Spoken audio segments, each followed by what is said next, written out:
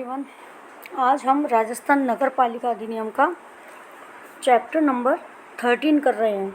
ठीक है, चैप्टर 13 जिसमें सेक्शन कितने हैं 298 से 308। ठीक है, 298 से 308, मतलब कि देखिए 8 और 2 10 सेक्शन है इस चैप्टर में।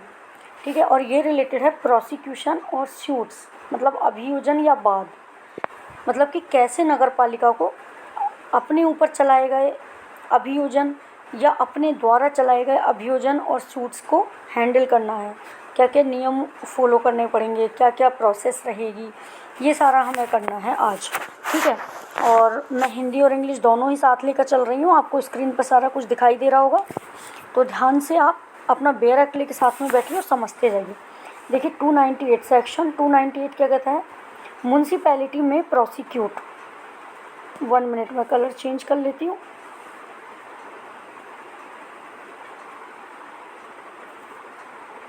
ओके, ये देखिए म्यूनसिपैलिटी में प्रोसिक्यूट मतलब नगर पालिका अभियोजित कर सकेगी।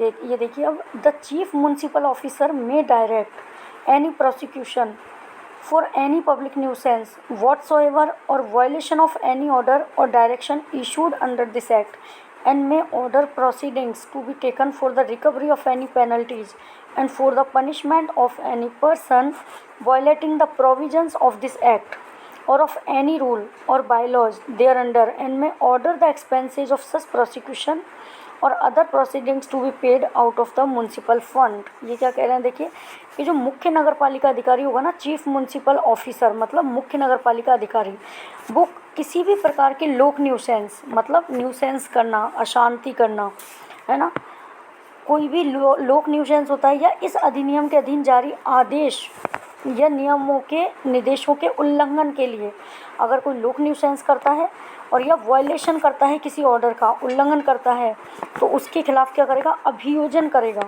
और किन्हीं शास्तियों की वसूली के लिए, मतलब कि शास्तियों की वसूली मतलब कोई पेनल्टी किसी के ऊपर लग गई उसको रिकवर करने के लिए, ठीक है, पेनल्टी लेने के लिए, तथा इस अधिनियम या इसके अधीन बनाए गए किसी नियम या उपविधि के उपबंधों का उल्लंघन करने वाले, मतलब नगर पालिका एक्ट में कोई नियम बनाए गए हैं और उनका कोई वायलेशन कर रहा है, ठीक है, कोई किसी रूल का, बायलॉज का उल्लंघन किया जा रहा है, तो ऐसे में क्या होगा, ऐसे में नगर पालिका उनके खिलाफ प्रोसिक्यूशन ला सकते हैं। ठीक है, और जो एक्सपेंसेज है, ये जो प्रोसिक्यूशन होगा उसके जो एक्सपेंसेज होंगे वो कहाँ से दिए जाएंगे, म्यूनसिपल फंड से दिए जाएंगे, out of the municipal fund expenses दिए जाएंगे म्यूनसिपल फंड से। ठीक है, ये देखिए नगर पालिका निधि, हिंदी और इंग्लिश दोनों को मैं साथ लेके चल रही हूँ, तो आप ना बेयर एक्ट साथ में ले लीजिए अगर आपको यहाँ अच्छे से नहीं दिख रहा है तो। नगर पालिका निधि में संदत्त किए जाने का आदेश दे सकेंगे। अब देखिए इसका एक प्रोवाइजो बोलते हैं, इसको परंतुक बोलते हैं हिंदी में। ठीक है, प्रोवाइजो क्या कहते हैं कि no prosecution for an offence under this act और रूल और bylaws framed there under shall be instituted except within 6 months after the commission of such offence। very very important। ये क्या कहते हैं कि जो ऑफेंस कमिट हुआ है, मतलब जो अपराध हुआ है, उसके 6 महीने के अंदर ही आप प्रोसिक्यूशन ला सकते हैं, उसके बाद किसी पर आप सूट नहीं ला सकते। नगर पालिका कोई प्रोसिक्यूशन नहीं लाएगी, 6 महीने के अंदर ही लाएगी। ठीक है, 6 महीने के अंदर अंदर केस फाइल करना पड़ेगा नगर पालिका को। सेकंड देखिए इसका सेक्शन 298 का second clause, any prosecution under this act or under any rules or bylaws made there under में save as therein otherwise provided be instituted before any magistrate and every fine or penalty imposed under or by virtue of this act or any rule और bylaws thereunder, and also all claims to compensation or other expenses for the recovery of which no special provisions is otherwise made in this act may be recovered on application to such magistrate by the distress and sale of any movable or immovable property within the limits of his jurisdiction belonging to the person from whom the money is claimable। देखिए इसको हिंदी में भी समझिए, फिर मैं आपको explain करती हूँ। इस अधिनियम या इसके अधीन बनाए गए किन्हीं नियमों या उपविधियों के अधीन कोई अभियोजन, मतलब इस नगर पालिका एक्ट के अंतर्गत अगर कोई अभियोजन किया जाता है या अन्यथा उपबंधित के सिवाय किसी भी मजिस्ट्रेट के समक्ष संस्थित किया जा सकेगा। एनी मजिस्ट्रेट इसको हैंडल कर सकता है और इस अधिनियम या इसके अधीन बनाए गए किसी नियम या उपविधि के अधीन और उसके आधार पर अधिरोपित प्रत्येक जुर्माना या शास्ति और प्रतिकर या अन्य व्ययों के सभी दावे जिनकी वसूली के लिए इस अधिनियम में कोई विशेष उपबंध ना किया गया हो, ऐसे मजिस्ट्रेट को आवेदन प्रस्तुत किए जाने पर उसकी आधिकारिकता की सीमाओं के भीतर ऐसे व्यक्ति की जिस पर धन का दावा किया जा सके किसी जंगम या स्थावर संपत्ति के करस्थम या विक्रय द्वारा वसूल किए जा सकेंगे। समझो क्या कह रहा है, ये मैंने अभी आपको सिर्फ रीड करके बताया है। ये क्या कह रहे हैं कि देखो, कोई भी प्रोसिक्यूशन इस एक्ट के तहत नगर पालिका करती है तो वो क्या कर सकती है, बिफोर एनी मजिस्ट्रेट, किसी भी मजिस्ट्रेट के आगे कर सकती है, ठीक है। और कोई भी फाइन या कोई भी पेनल्टी किसी पर्सन से रिकवर करनी है तो उसके लिए भी कोई भी मजिस्ट्रेट किसी भी मजिस्ट्रेट के सामने हम अपने केस को रख सकते हैं, मतलब नगर पालिका रख सकती है, ठीक है। अब ये क्या कह रहे हैं, recovered on application to such magistrate, उस मजिस्ट्रेट के सामने क्या करना होगा, आवेदन करना होगा, एप्लीकेशन देनी होगी, ठीक है। और वो मजिस्ट्रेट उसकी रिकवरी कैसे करवाएंगे, तो ये उस पर्सन की जो मूवेबल प्रॉपर्टी है, जैसे कार हो गई, ठीक है, इमूवेबल प्रॉपर्टी जैसे मकान हो गया, भवन, दुकान, ठीक है। तो मूवेबल और इमूवेबल दोनों प्रॉपर्टीज को वो क्या कर सकते हैं, या तो बेच सकते हैं, ठीक है, और या फिर देखिए within the limits of it jurisdiction belonging to person from whom the money is claimable.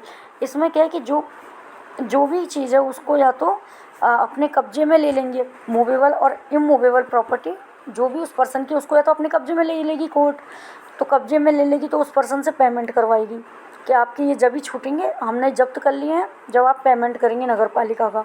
और अगर वो तब भी नहीं देता तो फिर उसकी मूवेबल या इमूवेबल प्रॉपर्टी उसको कोर्ट के द्वारा सेल किया जा सकता है, ठीक है। तो ये दोनों ही बात कह रहे हैं कि या तो सेल करेंगे या उसको अपने कब्जे में ले लेंगे। इस तरीके से वो क्या करेंगे, नगर पालिका के पेनल्टी को, फाइन को पे करवाएंगे। तो हम किसी भी मजिस्ट्रेट के आगे ये कार्य हो सकता है, एप्लीकेशन दाखिल हो सकती है, ठीक है। अब नेक्स्ट देखिए, पावर्स 299 है, powers with respect to prosecuting for offences. देखिए 299 था हमारा। अपराधों के अभियोजन के संबंध में क्या क्या शक्तियाँ होती हैं। देखिए हिंदी में पहले बोल देती हूँ आपको, किसी भी ऐसे व्यक्ति से जिसने नगरपालिका की राय में इस अधिनियम या उसके अधीन बनाई गई किसी उपविधि के अधीन दंडनीय अपराध कारित किया है, मतलब किसी भी व्यक्ति ने इस एक्ट के अधीन अगर कोई दंडनीय अपराध कारित किया है तो वह समझौता कर सकेगी, ठीक है। और ऐसा समझौता कर लिए जाने पर ऐसे व्यक्ति के विरुद्ध कोई कार्यवाही नहीं की जाएगी। तो ये क्या कह रहे हैं, देखो कि क्या क्या पावर होती है ऑफेंस के प्रोसिक्यूशन के रेस्पेक्ट में, क्या क्या पावर होती है। तो म्यूनसिपैलिटीज़ क्या कर सकती है, फर्स्ट तो कॉम्प्रोमाइज़ करने की पावर होती है, ठीक है। और कॉम्प्रोमाइज़ करने पर क्या होगा, no proceeding shall be taken against such person, उस पर्सन के अगेंस्ट कोई भी प्रोसीडिंग नहीं की जाएगी। सेकंड पावर क्या होती है, विड्रॉ करने की, केस को विड्रॉ कर सकते हैं, ठीक है, मतलब वापस ले सकते हैं। ये देखिए इस अधिनियम के अधीन बनाएगी किसी भी उपविधि के अधीन प्रत्याहृत कर सकेगी, मतलब विड्रॉल कर सकेगी, केस को विड्रॉ करना। थर्ड है कंपाउंड कर सकते हैं, any offence against this act, है ना, और any bylaw made there under by rules made by the state government be declare compoundable, ठीक है। इस अधिनियम के या इसके अधीन बनाई गई किसी उपविधि के विरुद्ध किए गए ऐसे किसी अपराध का जो राज्य सरकार द्वारा बनाए गए नियमों द्वारा प्रशमनीय घोषित किया गया हो, प्रशमन कर सकेगी। तो प्रशमन मतलब कंपाउंड कब करेंगी, जबकि राज्य सरकार ने उस अपराध को कंपाउंडेबल ऑफेंस की श्रेणी में रखा है, तभी कंपाउंड किया जा सकता है। देखिए ध्यान से देखना दोबारा से, compound any offence made by the state government be declared compoundable, ठीक है, मतलब कि स्टेट गवर्नमेंट ने जिसको कंपाउंडेबल डिक्लेयर किया है उसके अंतर्गत नगर पालिका कंपाउंड कर सकती है। तो कौन कौन सी पावर हो गई, देखिए पावर कौन कौन सी हो गई, कॉम्प्रोमाइज़ कर सकती है, विड्रॉल कर सकती है और कंपाउंड कर सकती है। ये 3 पावर हमने पढ़ी है, ठीक है। अब हम इसका प्रोवाइजो देखते हैं जो कि बड़ा इंपॉर्टेंट होता है हर जगह। देखिए, परंतु इस धारा के अधीन अपराधों के संबंध में समझौता करने के लिए सशक्त व्यक्तियों की कार्यवाही को विनियमित करने के लिए राज्य सरकार नियम बना सकेगी। देखिए, state government may make rules to regulate the proceedings of person empowered to compromise offence under this section. मतलब अगर नगर पालिका को ऑफेंस को कॉम्प्रोमाइज़ करना है तो वो कर सकती है, लेकिन ये क्या कह रहे हैं कि स्टेट गवर्नमेंट के पास ये पावर है कि कॉम्प्रोमाइज़ करने के लिए, इस प्रोसीडिंग्स के लिए रूल बना सकती है। स्टेट गवर्नमेंट के पास ये पावर है कि कॉम्प्रोमाइज़ करने के रूल बना सकती है। State government may make rules to regulate the proceedings of the persons empowered to compromise offences under this section. ठीक है, तो ये था हमारा सेक्शन 299। अब देखिए, आप हम पढ़ेंगे सेक्शन 300, धारा 300, section 300 damages to municipal property how made good. किसी ने म्युनिसिपल की प्रॉपर्टी को यानी नगर पालिका की संपत्ति को नुकसान पहुंचाया, हम उसकी पूर्ति कैसे करेंगे, समझिए। If through any act, neglect और डिफ़ॉल्ट, यदि किसी कार्य के द्वारा, किसी नेगलेक्ट के द्वारा मतलब अनदेखी के द्वारा या डिफ़ॉल्ट के द्वारा, है ना, on account whereof any person shall have incurred any penalty imposed by और under this act.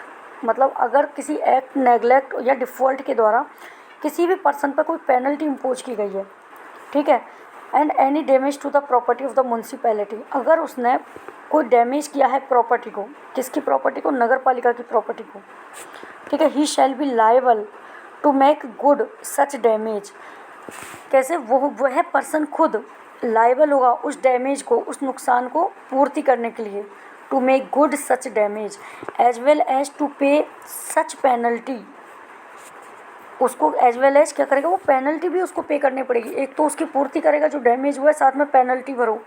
And the amount of damage shall in case of dispute be determined by the magistrate. अगर कोई dispute है नगर पालिका के उस person के साथ, मतलब वो पेनल्टी नहीं दे रहा है, वो कह रहा है ज़्यादा है मैं तो नहीं दूंगा, या मैं केवल पूर्ति करूंगा पेनल्टी नहीं दूंगा, ऐसे में क्या होगा, determined by the magistrate by whom the person incurring such penalty is convicted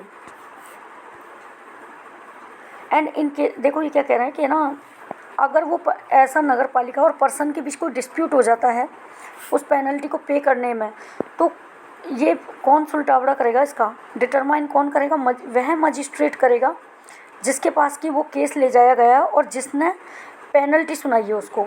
person by whom the person incurring such penalty is convicted, है ना, मजिस्ट्रेट ने जिस पर्सन को कन्विक्ट किया है कि आपको इतनी पेनल्टी भरनी पड़ेगी, वही पर्सन डिटरमाइन करेगा उनके डिस्प्यूट को। And in case of non payment of such damage on demand the same will be levied by distress and such magistrate shall issue his warrant accordingly.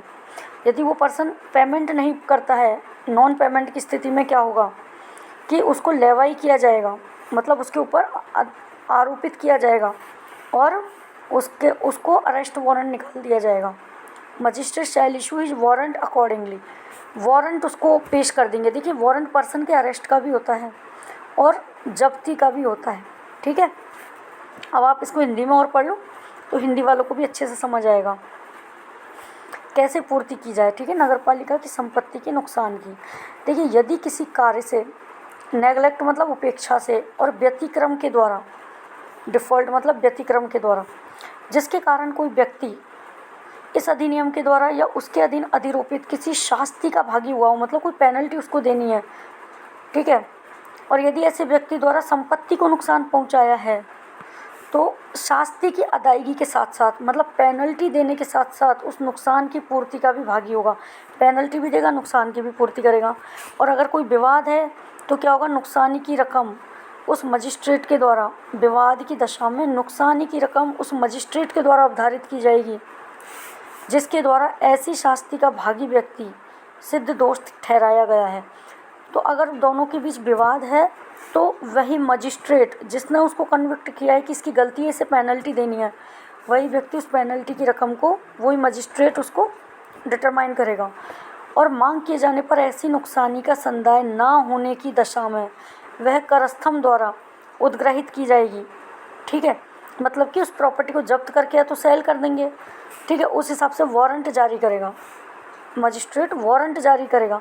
तो ऐसा क्वेश्चन बन सकता है कि क्या प्रोसेस है, तो वारंट जारी करेगा, है ना। नेक्स्ट देखिए section 301 certain offences to be cognizable and bailable, ठीक है। कुछ जो अपराध होते हैं कॉग्निजेबल होता है गंभीर प्रकृति के अपराध, और बेलेबल जिन पर बेल मिल जाती है, मतलब जमानती अपराध, जिन पे कि एक बार जेल जाने के बाद आपको जमानत मिल जाती है, छूट जाते हो आप जमानत, ठीक है। तो देखिए not with standing anything content in the code of criminal procedure CRPC 1973 an offence punishable under section 167, 236, 245, 297A, 297B and 297C of this act shall B cognizable and bailable. देखिए दंड प्रक्रिया संहिता 1973 में अंतर्विष्ट किसी बात के होते हुए भी इस अधिनियम की धारा 167, 236, 245 ब, 297 का, 297 ख और 297 गे के अधीन अंतर्गत कोई अपराध संज्ञेय होगा और जमानतीय होगा। मतलब इन धाराओं के अंदर अगर कोई अपराध आ रहा है तो वो क्या होगा, कॉग्निजेबल होगा और बेलेबल होगा। तो मैं आपको थोड़ा थोड़ा इन धाराओं के बारे में बता देती हूँ कि कौन कौन से अपराध आपको कॉग्निजेबल और बेलेबल की श्रेणी में रखे गए हैं। तो देखिए एक तो है अपना 167, सेक्शन 167, ठीक है। तो इसमें क्या बताया गया है, पेनल्टी फॉर अनऑथराइज डेवलपमेंट और for use otherwise than in conformity with the plan. मतलब कि जो अपराधिकृत विकास या योजना से, मतलब कि प्लान में नहीं है उसके बजाय अनऑथराइज डेवलपमेंट कर लिया, अपनी ज़मीन से अनऑथराइज डेवलपमेंट कर लिया किसी पर्सन ने, तो उसकी पेनल्टी, तो इसमें कॉग्निजेबल और बेलेबल होगा। 236 में देखो, धारा 236 क्या बताती है ये हमें, permission necessary for certain projections, कुछ भागों के लिए अनुज्ञा आवश्यक है, मतलब परमिशन आवश्यक है कुछ प्रोजेक्ट्स के लिए, और उनकी परमिशन नहीं ली तो वो अपराध हो गया कॉग्निजेबल बेलेबल, ठीक है। अब हम देखेंगे 245। इसमें क्या होगा, सार्वजनिक भूमि पर अतिक्रमण करना या बाधा, एनक्रोचमेंट और ओवरस्ट्रक्शन अपॉन पब्लिक लैंड, ठीक है। अगर सार्वजनिक भूमि पर कोई आपने अतिक्रमण किया है या कोई बाधा की है तो उसमें भी आपको अपराधी माना जाएगा, कॉग्निजेबल और बेलेबल। अब है 297A। 297A में देखिए penalty for defacement of property, मतलब संपत्ति की विरूपण करने के लिए पेनल्टी देनी है। 297B में क्या है, punishment for attempt to commit offence, अपराध करने के प्रयत्न के लिए दंड है।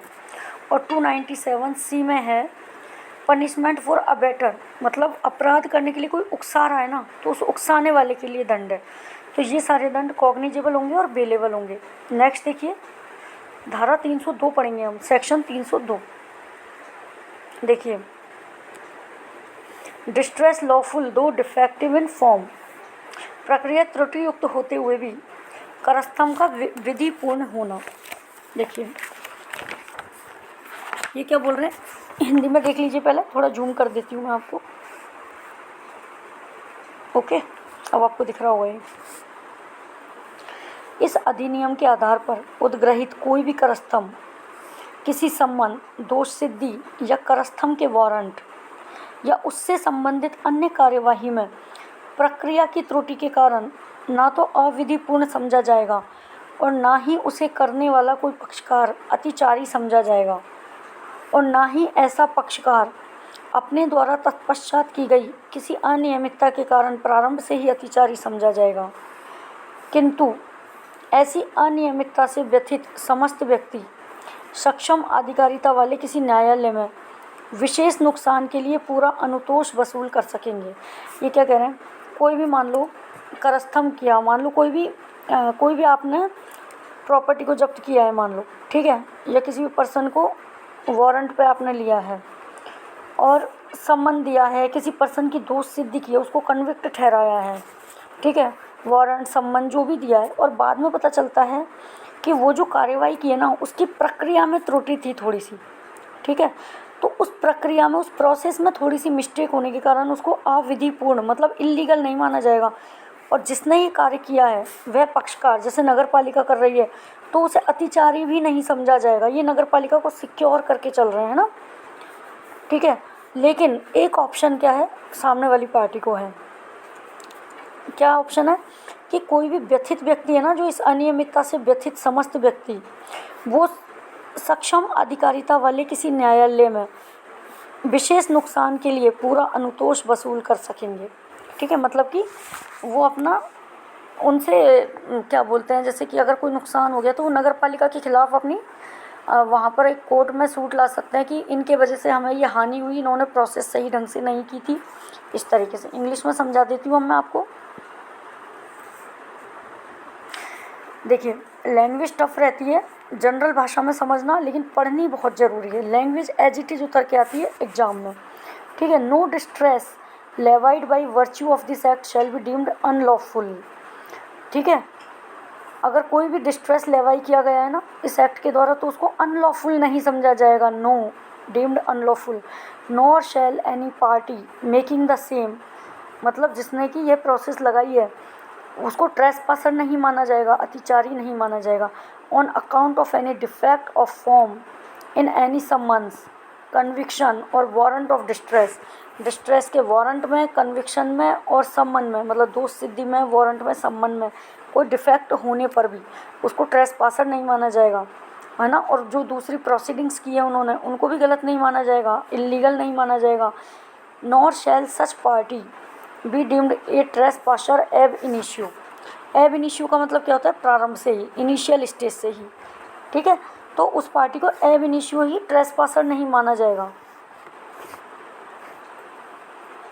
कहाँ थे हम, हाँ, on account of any irregularity afterwards committed by him, but all persons aggrieved by सच, जो इरेगुलरिटी हुई है ना, तो उनसे एग्रीव्ड, उनसे व्यथित जितने भी लोग हैं, में रिकवर फुल सेटिस्फैक्शन, वो पूरा अपना सेटिस्फैक्शन ले सकते हैं, रिकवर कर सकते हैं फॉर द स्पेशल डैमेज, जो भी उनको विशेष नुकसान हुआ है उसके लिए, in any court of competent jurisdiction, ठीक है। वो किसी भी कोर्ट से अपना पूरा सेटिस्फैक्शन ले सकते हैं, लेकिन वो सेटिस्फैक्शन कैसा होना चाहिए, किससे होना चाहिए, कोर्ट कैसी होनी चाहिए, कॉम्पिटेंट ज्यूरिसडिक्शन की होनी चाहिए, उसके पास ज्यूरिसडिक्शन होना चाहिए, ठीक है।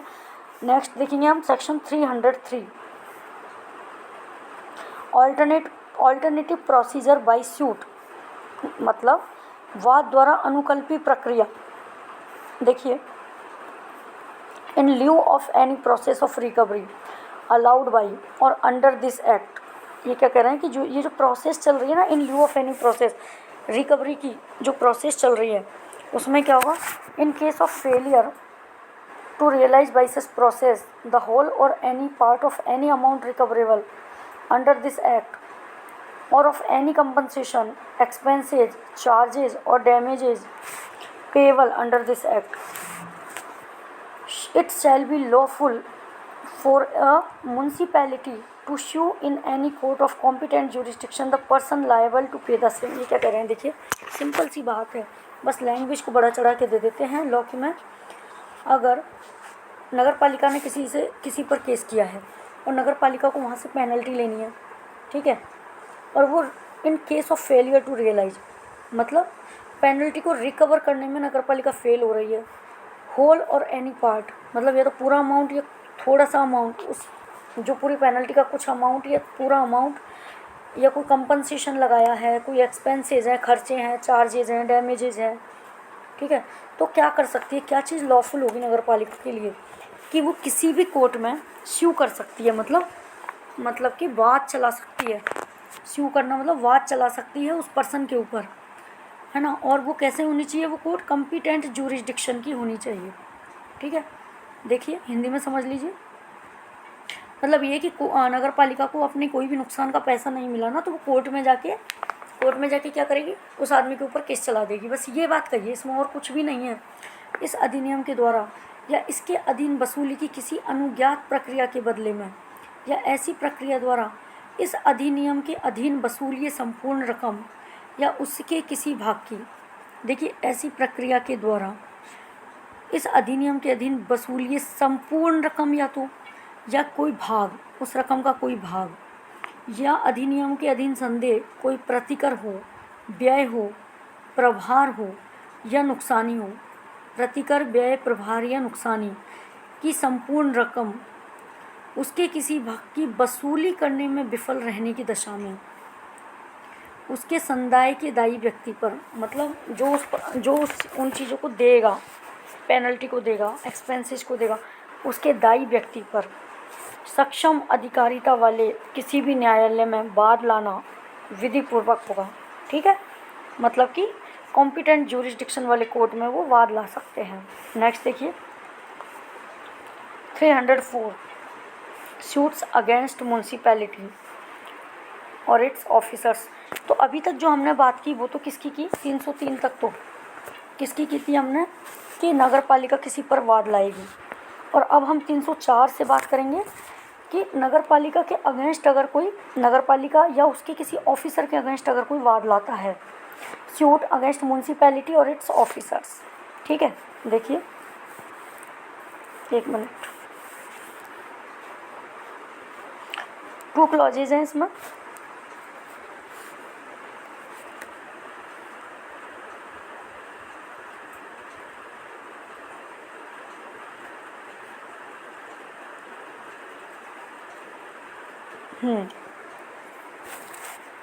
No suit shall be instituted against a municipality or against the chairperson, vice chairperson, member, officer or servant of municipality or against any person acting under the direction of any of them in respect of an act done or purporting to have been done in its or his official capacity until the expiration of 2 months next after notice thereof in writing has been, in the case of municipality, left at its office, and in the case of chairperson, vice chairperson, member, officer, servant or person delivered to him or left at his office or place or award explicitly stating the cause of action, nature of relief होना चाहिए।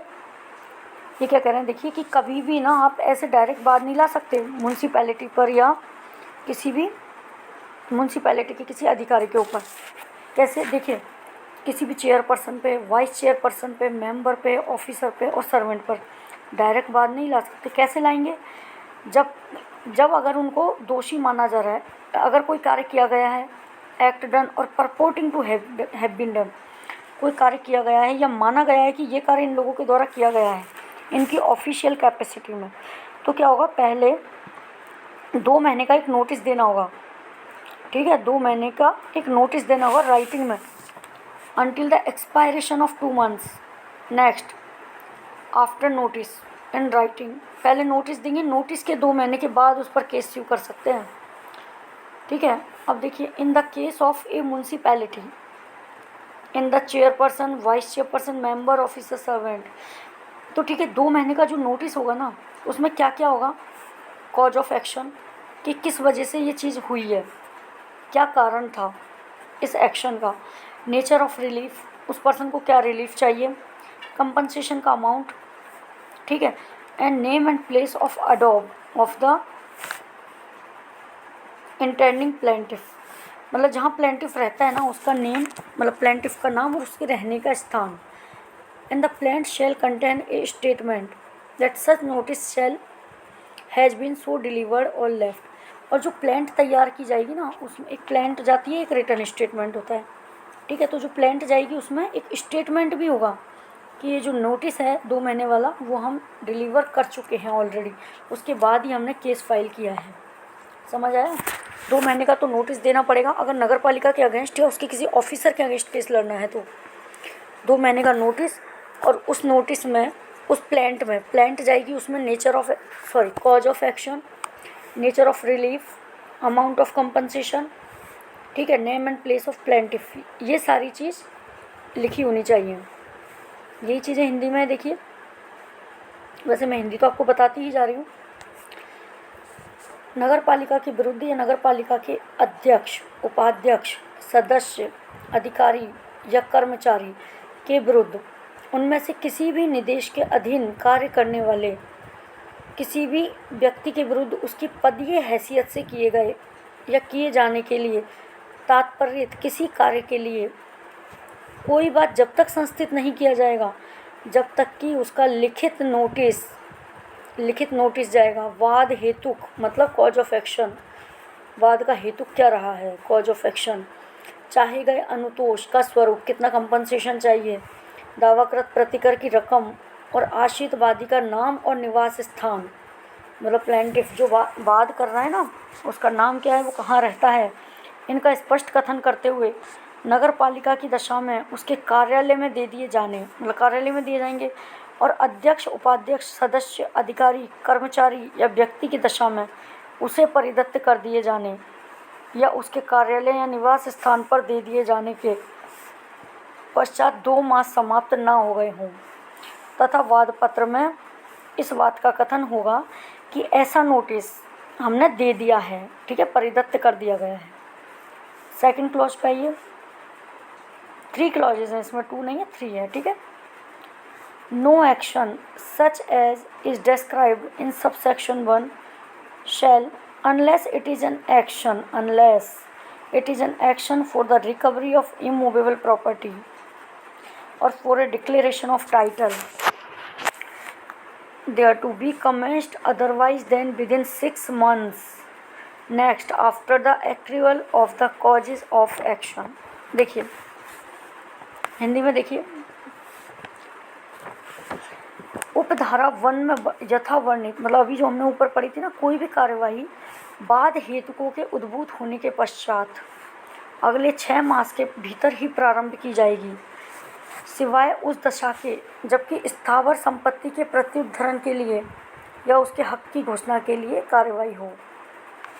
मतलब ये क्या कह रहे हैं, केवल immovable property को के अलावा कोई भी कार्यवाही है ना, या कॉज ऑफ एक्शन होने के बाद, जो कॉज ऑफ एक्शन हुआ है उसके पश्चात अगले 6 मास के भीतर ही प्रारंभ की जाएगी। ऐसा नहीं तुम 2 साल बाद कर रहे हो, 6 मास के अंदर अंदर हो जानी चाहिए। कॉज ऑफ एक्शन होने के 6 महीने के अंदर ही होगी, उसके बाद नहीं होगी, सिवाय कब, जबकि प्रॉपर्टी स्थावर संपत्ति हो। स्थावर संपत्ति की किस्म आप 6 महीने के बाद भी कर सकते हो या फिर उसके हक की घोषणा के लिए हो, ठीक है। थर्ड देखेंगे हम, nothing in subsection 1 shall be construed to apply to a suit wherein the only relief claimed is an injunction of which the object would be defeated by giving of the notice or the postponement of the commencement of the suit or proceeding। ये क्या कह रहे हैं, nothing in subsection 1 shall be constituted to apply in a suit। ये सारी जो condition है ना, 2 महीने के अंदर ऐसा होगा, पहले नोटिस जाएगा, वो किस केस में नहीं होगा, वो कब नहीं होगा, जबकि ओनली रिलीफ जो कि क्लेम किया गया है, उस पर्सन ने केवल क्या रिलीफ मांगा है कि आप किसी प्रॉपर्टी पर इंजंक्शन लगा दो। इंजंक्शन नहीं लगेगा तो क्या होगा, हमारा जो उद्देश्य है ना वो डिफीट हो जाएगा, मतलब हमें ऐसा नुकसान हो जाएगा जिसकी हम रिकवरी भी नहीं कर सकते, ठीक है। By giving the notice of the postponement of the commencement of the suit, मतलब कि अगर हम उस सूट या प्रोसीडिंग का नोटिस देंगे, 2 महीने का इंतज़ार करेंगे, तो क्या होगा, ऐसे में वो जो दूसरा आदमी है वो अपना काम कर लेगा पूरी तरह। तो अगर इस पर इंजंक्शन टाइमली नहीं लगा तो जो नोटिस देने से हमारा जो उद्देश्य है वो विफल हो जाएगा, ठीक है। ऐसे केस में नोटिस देना ज़रूरी नहीं होता, डायरेक्ट एक्शन होता है। हिंदी में देखिए, उपधारा 1 की कोई भी बात किसी ऐसे वाद पर लागू नहीं समझी जाएगी जिससे मैं दावाकृत अनुतोष केवल ऐसा व्यादेश हो, व्यादेश मतलब इंजंक्शन हो, जिसका उद्देश्य नोटिस देने अथवा वाद या कार्यवाही के प्रारंभ को मुलतवी करने से विफल हो जाए, ठीक है। मतलब कि अगर हम नोटिस देंगे तो क्या होगा कि वाद या कार्यवाही प्रारंभ करने में टाइम लगेगा और उसमें विफल हो जाएंगे, हमारे उद्देश्य में विफल हो जाएंगे। तो देखो डायरेक्ट मैंने लिखा हुआ है कि अगर इंजंक्शन का केस है तो नोटिस की ज़रूरत ही नहीं है, डायरेक्ट आप बात कर लो, ठीक है। अब हम पढ़ेंगे धारा 305। धारा 305 क्या कहती है, civil court not to grant temporary injunction in certain cases.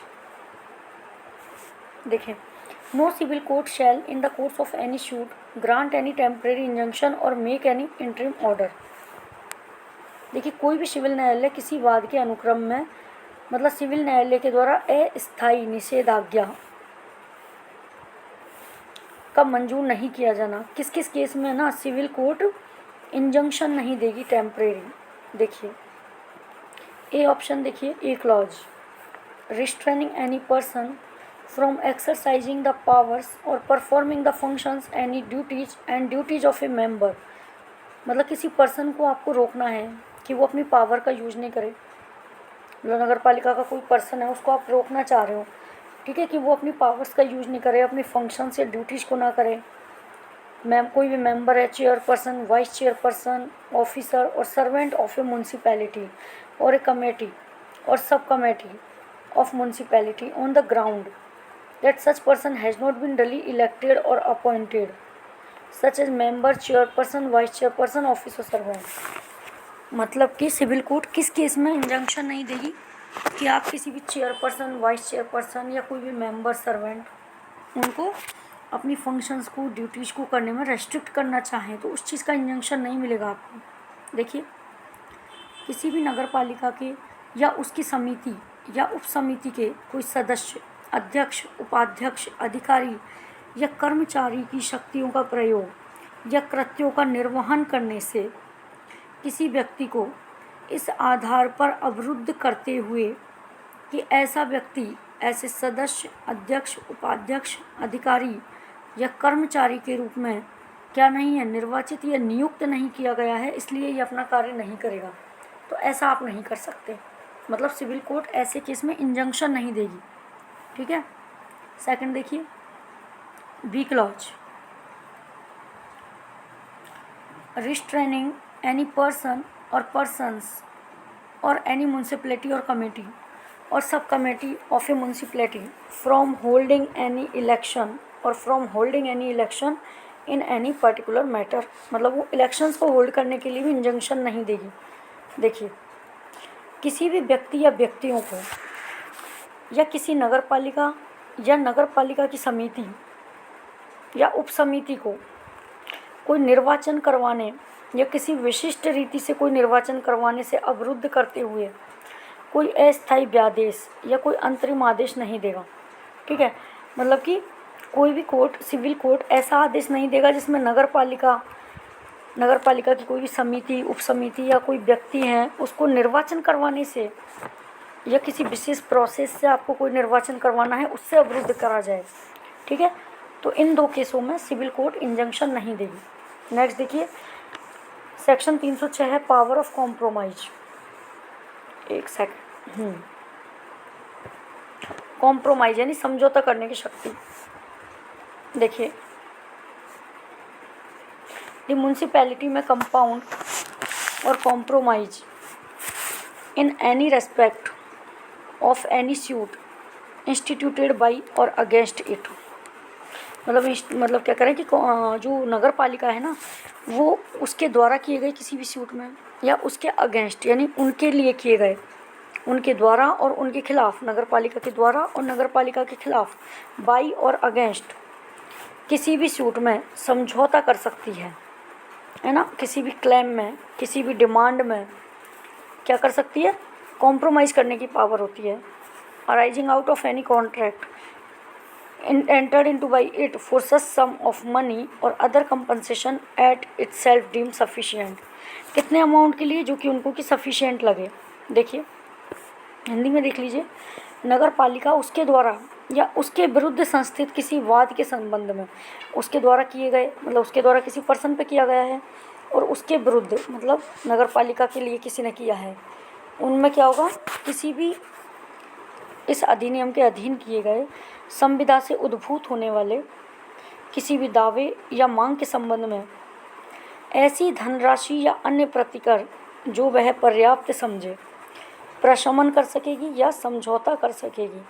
तो ऐसी क्वेश्चन आएगा, कितनी राशि के लिए समझौता किया जा सकता है, तो जो वह पर्याप्त समझे उतनी राशि के लिए।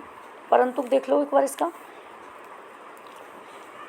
किसी संविदा के किए जाने में यदि कोई मंजूरी इस अधिनियम के द्वारा अपेक्षित है तो ऐसी संविदा से उद्भूत होने वाले किसी दावे या मांग का प्रशमन समझौता करने के लिए भी ऐसी मंजूरी अभिप्राप्त की जाएगी।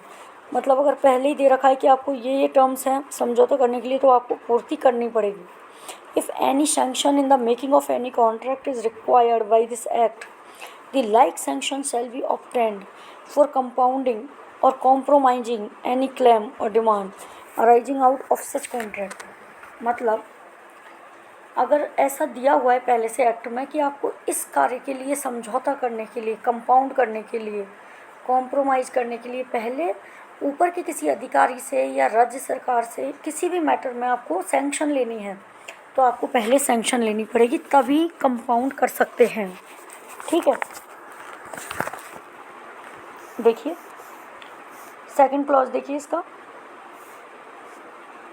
म्युनिसिपैलिटी में make compensation out of the municipal fund to any person sustaining any damage by reason of exercise of any of the power vested in it, its officer and servants। क्या कह रहे हैं, अगर म्यूनसिपैलिटी को कोई compensation देना है किसी पर्सन को, क्योंकि म्यूनसिपैलिटी के किसी अधिकारी के कारण कोई डैमेज हुआ है, ठीक है, तो वो कहाँ से देगी, म्यूनसिपल फंड से देगी। ठीक है, म्यूनसिपल फंड से, नगर पालिका निधि से देगी। ओहो 1 मिनट। देखिए अधीन में उसके अधिकारियों या कर्मचारियों में निहित किन्हीं शक्तियों का प्रयोग करने के कारण किसी व्यक्ति को हुई किसी नुकसान के लिए नगर पालिका निधि से प्रतिकर देगी। ठीक है, थर्ड देखिए इसमें, नगर पालिका निधि नगर पालिका की ओर से अभियोजित या प्रतिवादित किसी सिविल कार्यवाही के व्यय का संदाय करने के लिए दायित्वाधीन होगा। देखिए, द municipal fund shall be liable to pay the expenses of any civil proceedings prosecuted or defended on behalf of the municipality. जो म्युनिसिपल फंड होगा ना, वो लायबल होगा खर्चे को पे करने के लिए, किसी भी जो सिविल प्रोसीडिंग का खर्चा है जो कि प्रोसिक्यूट किया गया है म्युनिसिपैलिटी के अगेंस्ट, या म्युनिसिपैलिटी नगर पालिका को तो डिफेंड करना है, अपने आप को बचाना है, या किसी और पे बात लाना है, किसी भी केस में म्युनिसिपल फंड से पैसा जाएगा। ठीक है, नेक्स्ट सेक्शन देखिए, धारा 307 mode of proof of municipal records. तो जो नगर पालिका के जो प्रूफ है ना, उनका तरीका क्या होगा, रिकॉर्ड्स का प्रूफ का तरीका क्या होगा। देखिए, a copy of any receipt, application, plan, notice, order, entry in a register or other document in the possession of a municipality shall, if duly certified by the legal keeper thereof or other person authorized by it in this behalf, be received as prima facie evidence of the existence of the entry or document, and shall be admitted as evidence of the matters and transaction therein recorded in every case, where to the same extent as the original entry or document would, if produced, have admissible to prove such matters। देखिए बहुत ही easy है। ये क्या कह रहे हैं कि proof कैसे किया जाएगा कि नगर पालिका के खिलाफ ही काम हुआ है। तो नगर पालिका ने जिसको रिसीप्ट दी होगी आपको, ठीक है, कोई रिसीप्ट दी होगी, कोई एप्लीकेशन आपने वहाँ लगाई होगी, कोई प्लान दिया होगा, नोटिस दिया होगा, कोई ऑर्डर है, या कोई रजिस्टर में एंट्री की गई है, उसकी सेकंड कॉपी भी है आपके पास, तो वही, और उसको डली सर्टिफाइड किया गया है लीगल कीपर के द्वारा या कोई भी ऑथराइज पर्सन के द्वारा, तो उसी को प्राइमा फेसाई एविडेंस माना जाएगा और उसी के आधार पर सब कुछ होगा, उसी को एविडेंस मान के एडमिट कर लिया जाएगा। ठीक है, देखिए हिंदी में देख लीजिए, नगर पालिका अभिलेखों को साबित करने की रीति क्या है। तो नगर पालिका के कब्जे में की गई कोई रसीद, आवेदन पत्र, रेखांक, नोटिस, आदेश की प्रतिलिपि, किसी रजिस्टर या अन्य दस्तावेज की प्रविष्टि को यदि उसके वैध अभिरक्षक द्वारा, ठीक है, या इस निमित्त प्राधिकृत व्यक्ति के द्वारा प्रमाणित कर दिया गया है, तो उस प्रविष्टि या दस्तावेज की विद्यमानता के प्रथम दृष्टया साक्ष्य के रूप में ग्रहण किया जाएगा। ठीक है। और प्रत्येक मामले में उसमें अभिलिखित मामलों और समव्यवहारों के साक्ष्य के रूप में, मतलब जो भी मामले हुए हैं, जो भी ट्रांजैक्शन हुआ है, उनके साक्ष्य में रूप में उस सीमा तक ग्रहण किया जाएगा जहाँ तक तथा जिस सीमा तक मूल प्रविष्टि या दस्तावेज यदि प्रस्तुत किए जाते तो ऐसे मामले को साबित करने के लिए ग्राह्य होते हैं। जिस सीमा तक, जिस लिमिट तक आपके डॉक्यूमेंट साबित कर रहे हैं ना आपकी चीज़ों को, उस लिमिट तक आप उसको एविडेंस के तौर पे ले लिया जाएगा। ठीक है। अब है हमारा धारा 308 हम पढ़ेंगे। देखिए, दस्तावेज प्रस्तुत करने के लिए नगर पालिका के कर्मचारियों को समन करने का निर्बंधन। ठीक है, मतलब दस्तावेज प्रस्तुत करने हैं तो नगर पालिका के कर्मचारियों को समन दिया जाएगा। कैसे किया जाएगा, है ना? तो नगर पालिका के किसी भी अधिकारी या कर्मचारी से किसी भी विधिक कार्यवाही में, मतलब किसी भी लीगल प्रोसेस में जिसमें कि नगर पालिका पक्षकार नहीं है, कोई रजिस्टर या दस्तावेज जिसकी विषय वस्तु पूर्ववर्ती धारा के अधीन प्रमाणित प्रतिलिपि द्वारा साबित की जा सकती है, प्रस्तुत करने या उसमें अभिलिखित मामलों या संघ व्यवहारों को साबित करने के लिए साक्षी के रूप में उपसंजात होने की अपेक्षा नहीं की जाएगी जब तक कि विशेष कारण से न्यायालय के आदेश द्वारा ऐसी अपेक्षा न की जाए।